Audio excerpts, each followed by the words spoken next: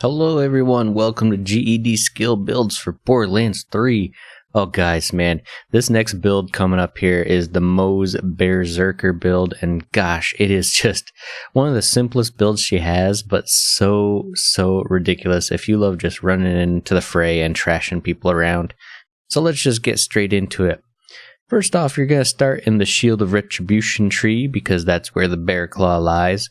At level 1, you're going to obviously take double railgun because that's pretty much all you got. The railgun fires high velocity projectiles that deal shock damage. Straight and simple. You're just going to have to use it for a few levels till we get to the actual bear build.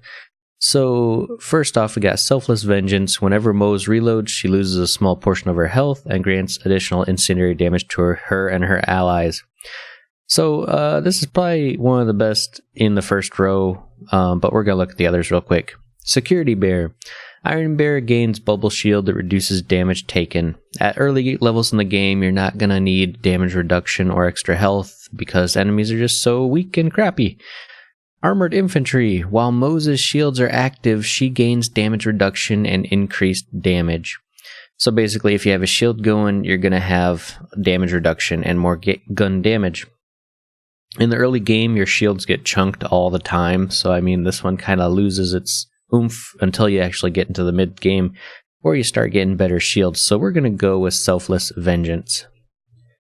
Next row, we have a Railgun mod. We're not going to use Railgun, so we're going to ignore that one. Drowning in Brass. Kill skill. Killing an enemy gains Moze a stack of Drowning in Brass. For each stack of Drowning in Brass, her fire rate and gun damage are increased for her and her allies. Sounds pretty dang good. Only stacks up to 3, but it gives you crazy bonuses. Thin Red Line. A portion of Moze's health is reserved. Cannot be restored, but her maximum shield is increased. Again, early game, you're going to get chunked, so don't get that right away. Vladoff Ingenuity. Moze's maximum shield is increased and she gains resistance to shock damage. Pretty good. Maximum shield, more shock damage resistance. And of course we get our Bear Fist. Since you're going to be going the BEARzerker, you might as well throw that bad boy into both slots. And now, because we're only at this level, you don't have to throw it into both slots because you might want to keep one railgun or other weapon equipped just for damage at long range, because we're not quite into a point where we can utilize this fully and effectively just by getting close, right? So we're going to max Drowning in Brass in this row first, because free stacks of damage at plus 20% per stack is just crazy good. Railgun mod in the third row, we're going to ignore it again, don't need it. Full can of whoop ass. Entering Iron Bear causes Moze and her allies' shields to immediately begin recharging. 1 point, get it. Experimental Munitions. Whenever Moze scores a critical hit, she deals incendiary damage on top of her normal damage. So you might as well get it. I mean, crits equal damage, right? Then in the last little slot over here, Augment. Wild Swing. Whenever Bear Fist hits an enemy, it does real random bonus elemental damage to that and nearby enemies. This will be good for running into the fray and just swinging like a madman. It's not going to be a part of our complete final build. Wild Swing is only going to be half of our final build, but man, it is a crazy amount of elemental damage bonus, plus 35%. Now we have 3 points that we have to utilize to get to the next tier. So we're going to go back up here to maximum shield increase at early game. It just adds more survivability to you in the early to mid tier. Moving on to the fourth row, another augment for the railgun. We don't need it at this point. Behind the Iron Curtain, Moze's shield recharge delay is reduced and her shield recharge rate is increased. Pretty good for extra shields, right? Desperate Measures. Moze's gun damage is increased depending on how low her health is. The lower her health, the greater the increase.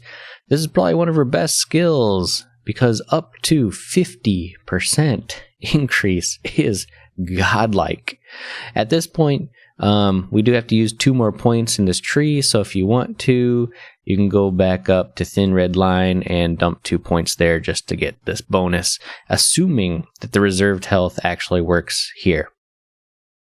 Now, we come to one of our best augments, Close the Distance. Instead of punching, Bare Fist now launches its fist towards an enemy, dealing shock damage and pulling them back. So you want to equip one of these into either slot 1 or 2, and that pretty much means that you're yanking people over and you're clawing the crap out of them. Preferably, you're kind of chaining multiple enemies together while you run up on different enemies, so you're getting that cleave damage going all around you. We are now down to the 5th row, Phalanx Doctrine. Kill skill. After killing an enemy, Moze gains a stack of Phalanx Doctrine. For every stack, her maximum shield and gun damage are increased. Gun damage, maximum shield. Oh, could it be better? Force feedback is the next one. Whenever Moze scores a crit, her shield immediately begins recharging. You want 1 point here because critting equals shields, and then you want to just dump everything else back into Phalanx. This last skill here, Shock Hammer, it's now rapid fire punching for Bare Fist. Additionally has reduced field drain and bonus shock damage. I would say it's a toss-up, your personal opinion, between Cleave and Shock Hammer. I would say Cleave is better because you're hitting more multiple targets around you and you're also pulling people in. But Shock Hammer is just kind of like personal preference. Your last skill in this line, Tenacious Defense. Whenever her shield is fully depleted, she instantly gains a portion of her shield back and her gun damage is increased. More gun damage, more shield, more survivability with Tenacious Defense. Yes, guys.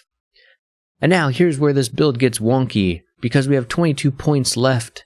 And what are we going to do? We're not going to move to another tree, guys. We're going to say, boom, you get a bear shield.